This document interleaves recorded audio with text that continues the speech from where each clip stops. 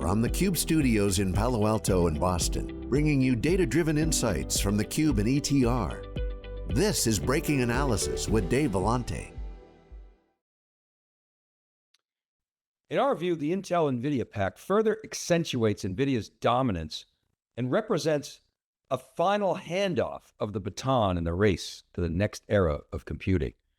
Just as Intel had a lock on the market in the 80s and the 90s, NVIDIA has now extended its moat deep into the x86 ecosystem in both PCs and data center. And it's expanded its TAM by our estimates from 500 billion to a trillion more. The subtext here, of course, is that Baton is taking necessary steps to save Intel. And in doing so, he's hitching the company's wagon to the future, which is being defined by CUDA, which is NVIDIA's software platform. This move, by our estimates, increases Intel's TAM as well by $100 billion and breathes new life into the x86 franchise, which was rapidly deteriorating. In our view, Intel Foundry remains problematic, but will get a boost from the system-on-chip SoC products that this partnership will produce.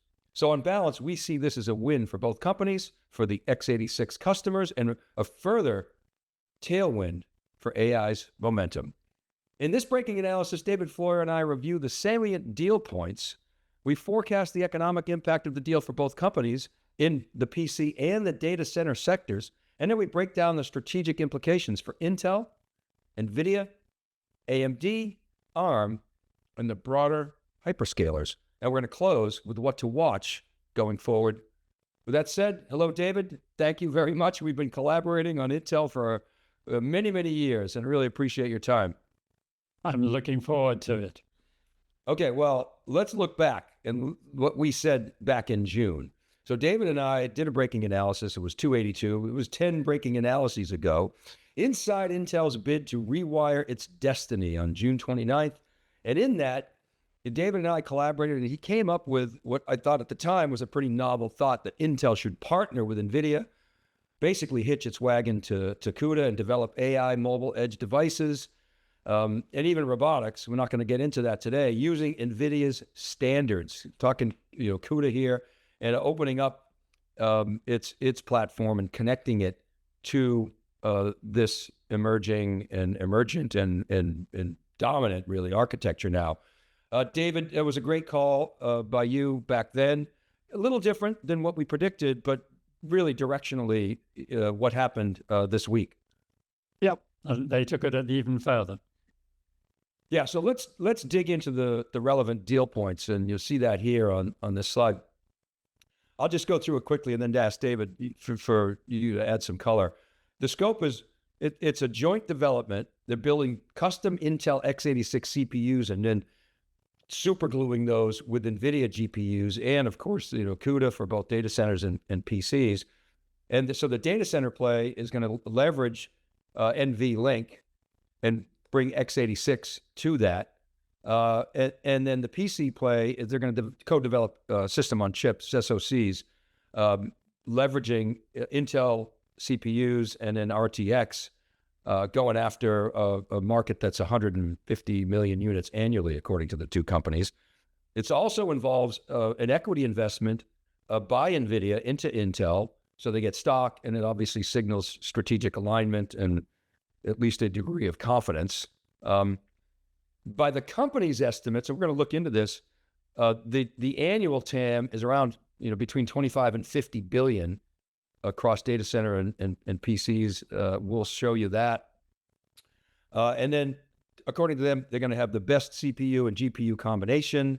And then, so that's the customer value. And of course, the technology enablers are x86 itself and the whole networking of NVLink interconnect, the advanced packaging, the chiplets that Intel is known for.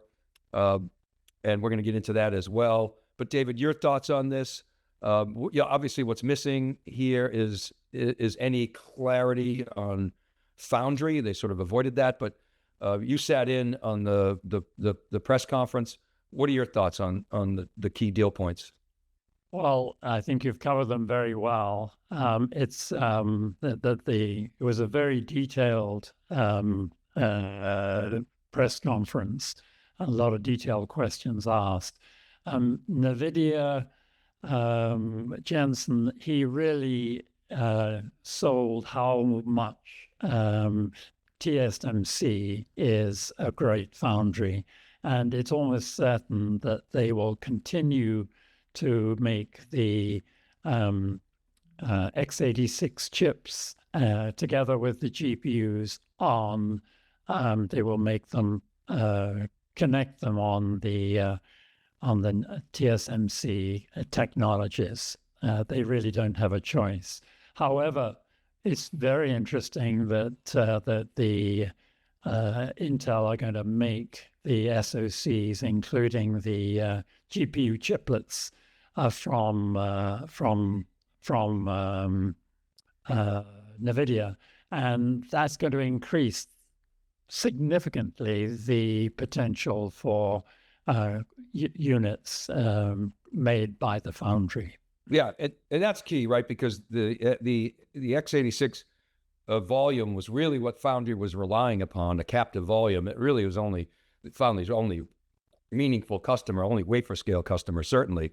And that market was in decline, so the volume was in decline, and it has been declining since PCs peaked, maybe a little boost during COVID, but really the direction was down. So this at least stops that bleeding and gives it a boost. It actually, we believe it can increase. But let's take a look at that x86 TAM that NVIDIA now has a more clear path to accessing.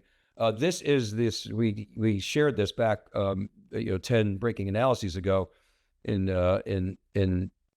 when we talked about Intel's future.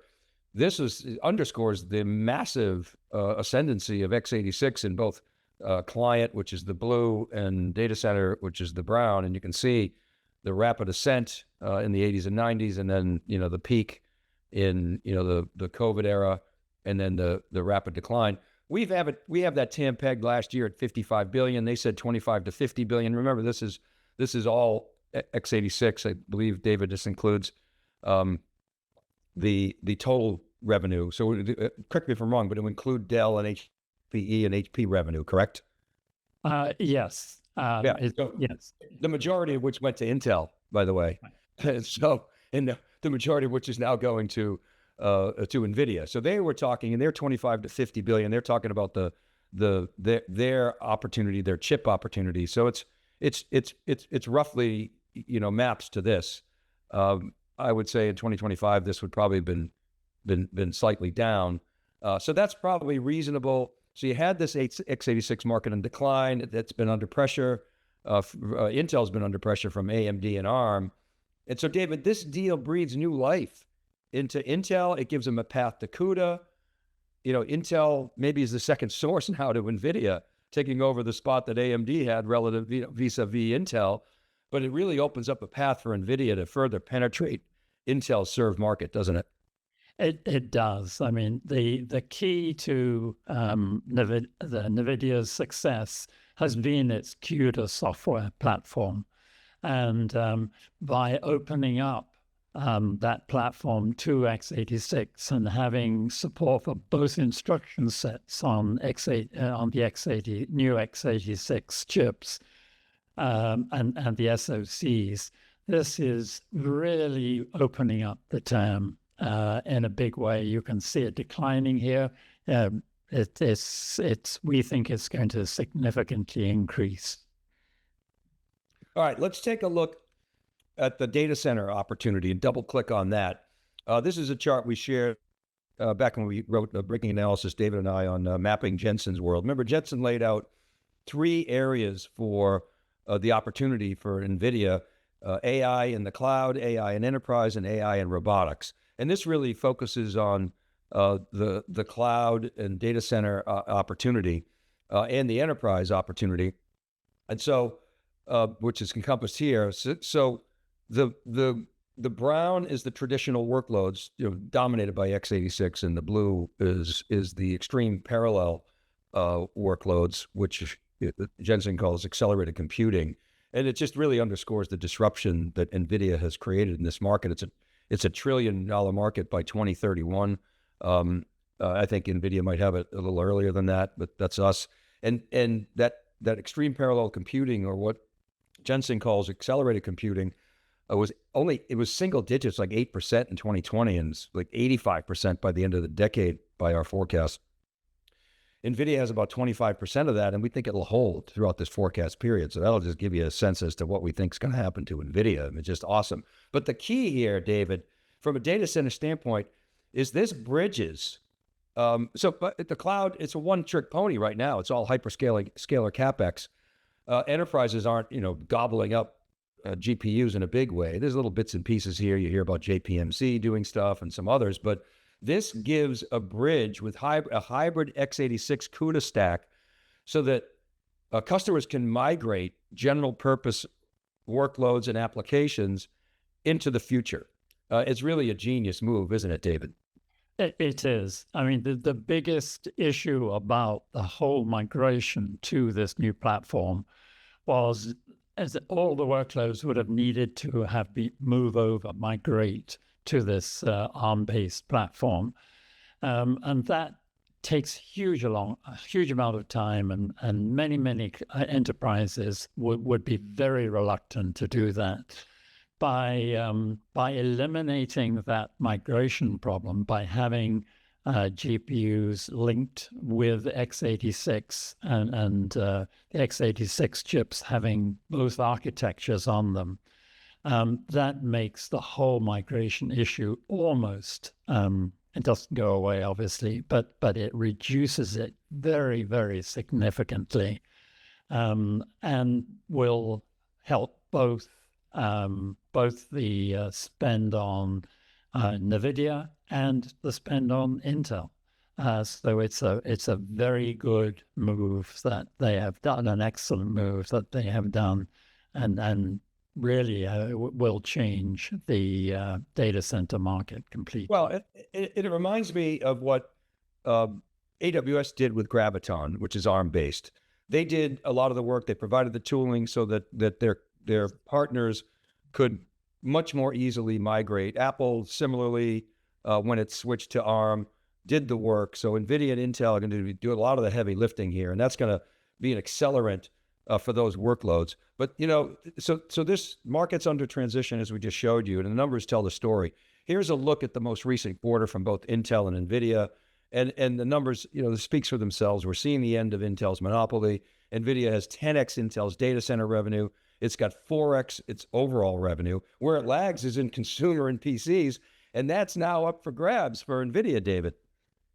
Absolutely, yeah. I mean, when you look at the speed at which this marketplace is growing, and look at the numbers there, it just tells the whole story. Data center revenue 10 times Intel's is just amazing in just a few short years. So Intel had to make this change, otherwise that it would be on a downward road in terms of revenues. At the moment, it's declining by 6% a year, and that would really mean that Intel would have great difficulty in supporting the Foundry. Mm-hmm. All right, so here's how we see this playing out over time, and we're going to add AMD into the mix here. So here we're looking at the current revenue for the company in 2025. You can see NVIDIA is more than 2x Intel and AMD combined. The market for Intel is expanded, as we said, by $100 billion, but the market for NVIDIA has exploded to perhaps as much as $1 trillion. AMD is still tightly linked to x86, so it faces many of the same challenges that Intel faced before this deal. And it's now backed into a corner a bit. It's at risk of a downturn, we think, after 27, 28, if it doesn't secure a position in this CUDA wave. Just as AMD is the second source for Intel, in fact, Intel could now be the second source to NVIDIA, leaving AMD to fight for third place in the AI race. David, what are your thoughts? Yes, AMD is the one with the greatest problem here. I believe they will continue to take revenue for the next couple of years while this move takes place, while the chips are developed, etc. But after that, AMD will need to get CUDA licensed, And of course, Intel will not be happy about that, but AMD would probably, sorry, NVIDIA would like that to happen because it puts a brake on the potential chip costs that Intel will charge them. Well, and I think that's the right thing, David. I mean, you remember the antitrust. Yeah. When you were at IBM, the government forced IBM to basically open up its stack and allowed third parties to write there. They limited IBM's ability to participate in the application software business for a number of years. At the same time, it took actions against Microsoft and specifically Intel, and it really forced Intel to help keep AMD in business, essentially, making sure that it could publish its IP and AMD had access to Intel's instructions, structure and right in their code. So I would think, given NVIDIA's dominant position, that if it doesn't offer that to AMD, the government will force it. So I think it's likely to happen, and I think this is the right thing for competition. But let's run through the implications for each of these companies. Intel, NVIDIA, we'll add in AMD, we'll also add in ARM and the hyperscalers. Let's take a look at Intel. I mean, this $5 billion cash infusion, so that's $14 billion in fresh cash when you take Trump's investment, or I guess it's our investment, the U.S. taxpayer. And with Intel jumping, 27, 28% the other day, making some money on that deal. So that's good, I guess. So it basically, Intel is now gains relevance in the AI race with developers and anybody in enterprise IT that's leaning into the CUDA stack. So, gaining access to that CUDA ecosystem for PCs and data centers is critical. And like we were saying earlier, it's going to stem the decline in PC volume and maybe deliver higher volumes for Foundry, for PC and cloud. I still am a Foundry skeptic. We'll talk about that a little later. There's in this deal, David, there was no clear pathway for Foundry, maybe in the future, but your thoughts on what this means strategically for Intel? Well, there was one benefit of the Foundry. There's the data center chips, and then there's the PC, the SoCs that Intel will produce. And if they're successful here and grow the volume, which I think they will, that will have some impact on the Foundry. But the most important thing here is that this joint development has made CUDA the de facto standard for developing all new systems going forward, and it's going to have the same lock-in as Intel had with its developers. So this is really interesting news for many of people who are trying to have alternatives to CUDA and to the GPUs. It's going to make life very tough for them.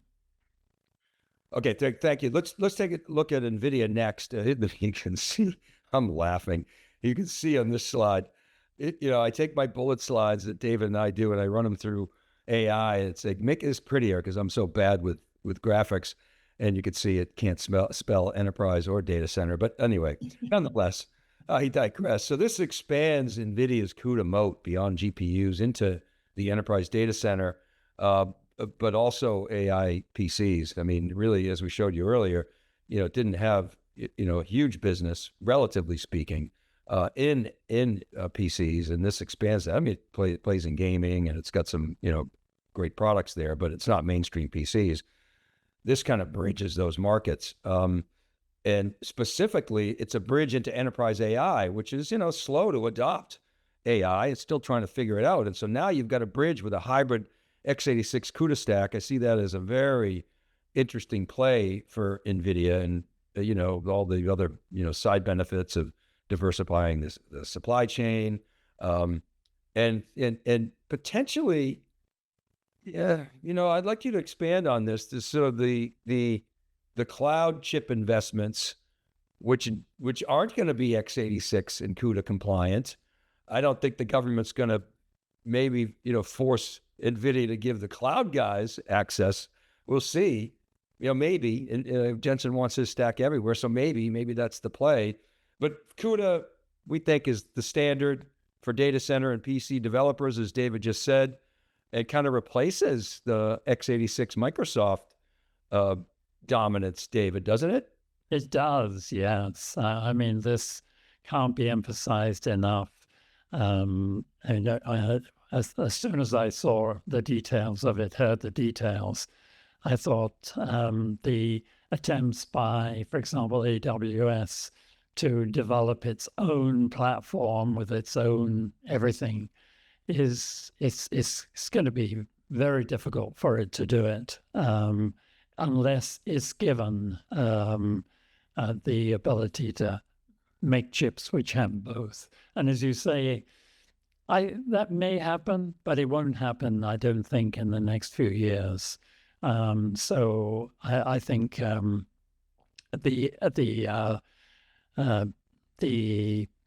large-scale implementations of this alternatives will dry up from AWS, from Microsoft, from most of the hyperscalers.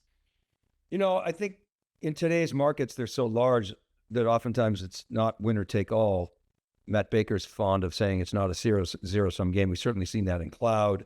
We've seen that in the data stack with both Snowflake and Databricks thriving. But when it comes to some of these standards, David, I think about Linux really becoming the standard. You had all these fragmented Unix standards. We've seen this with other software standards before. We've seen it in networking.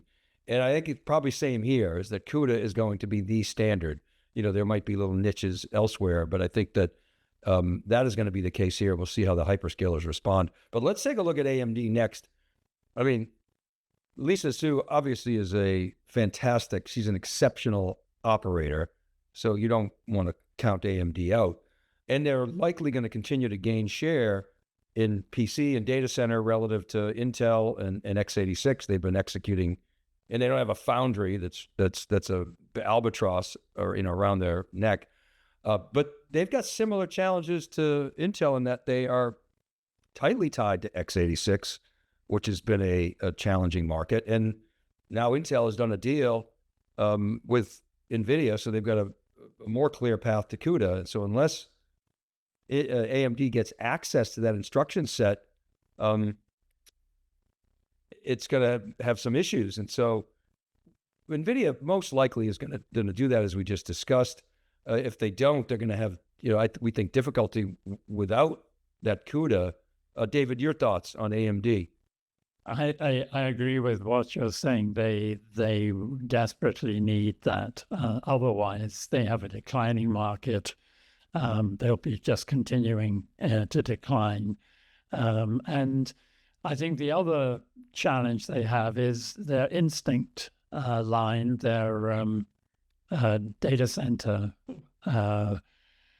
GPUs, which have been successful. They've been developing their own software stack for that.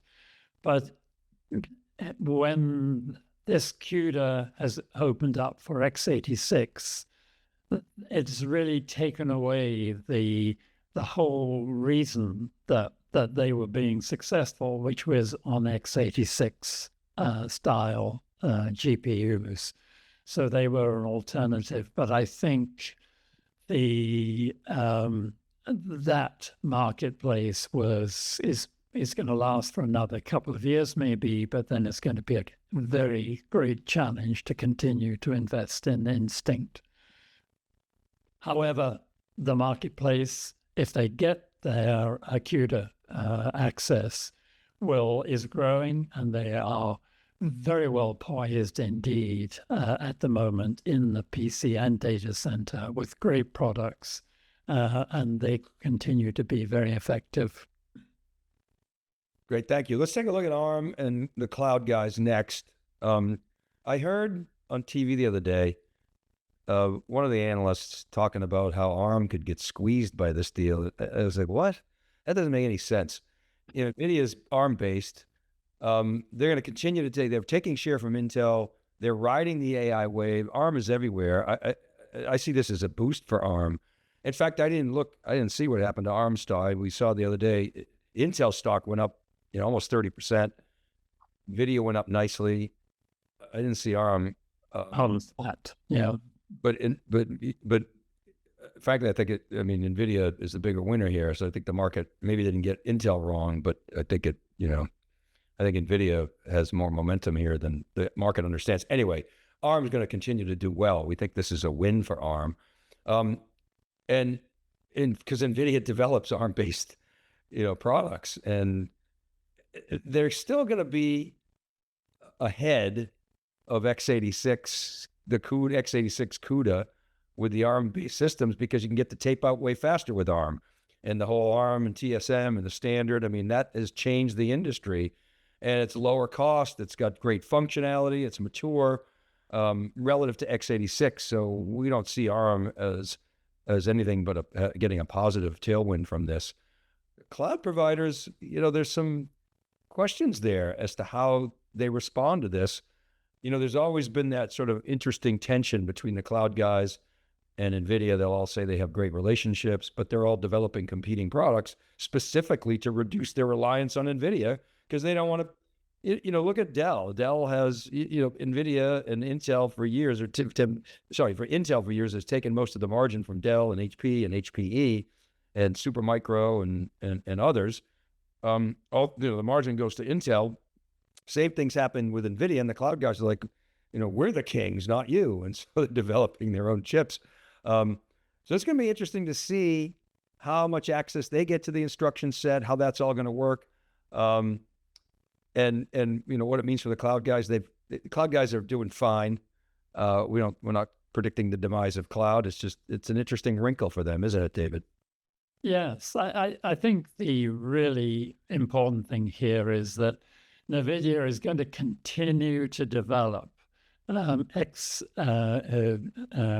traditional ARM-based follow-ons from Vera and Grace. The ARM-based are further ahead, and for the next 5 years, I see at least NVIDIA will continue to run both lines, and there will be functionality, lower cost, better products, functionality that some cloud providers will want without x86, and then there'll be a lot of x86 increasing the market. And I think for the cloud people, this is increasing the market for them as well. If they can move over quicker to this new marketplace and increase the value of the applications that are being run on it, that increases their TAM as well. So I don't think there are any losers here at all. Yeah, great points. All right, David, let's wrap. To do some final thoughts here on the road ahead. Look, Baton, we said earlier, he's making the right moves to save Intel. On paper, the PAT plan was aspirational, and we never thought it had a great chance unless Intel could get unlimited cash and unlimited time, which it never had. Foundry is still an issue, and we laid out our plan to spin out Foundry and restructure it. We'll see what's going to happen there, but it really is a challenge. It's so expensive to be in that business. We think it's strategic, and we think the best path would be a joint venture. I was talking to somebody the other day, David. I won't share who it was, but it was an insider, a former IBMer who had visibility on what happened between Samsung and how IBM was able to help Samsung accelerate its process. So, maybe there is some way that through some kind of magic, Intel can, leap a generation. I've never believed it, but we'll see. Maybe there's some secret sauce, or, maybe some kind of IBM, Samsung, Intel collaboration that could enable Intel Foundry services to catch up, I still think it would have a better chance as an independent entity because I think that Intel's competitors would be much more comfortable doing business with an independent entity. And I think it just would focus the company. And I think it's the business model of today. TSM has proven that. And unless TSM, falls prey to hubris and gets fat, dumb, and happy, which I don't see in the future, at least in the near term, I think Intel's going to have a hard time catching up. But nonetheless, this does buffer the PC volume decline, which is good.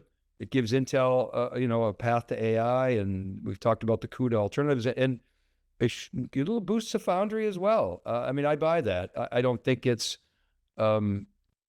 game-changing necessarily, but it's goodness, and the cash definitely helps. NVIDIA is putting in $5 billion, and they're going to get 10x the TAM. It's really a no-brainer for NVIDIA. They basically, got its fingers in every pie and every market, which is just incredible. Essentially, they're the new Intel in an AI era where the TAM is even bigger than the TAM for Intel with PCs, much bigger. So, you got to love it. And the market caps reflect that. And then there are risks. There's complexity always in these joint deals, and Intel has been stumbling lately. But I think Baton, he's a no-nonsense kind of operator. So I think that's going to bode well for Intel for sure. As always, the cultural and the integration issues, the Foundry drag.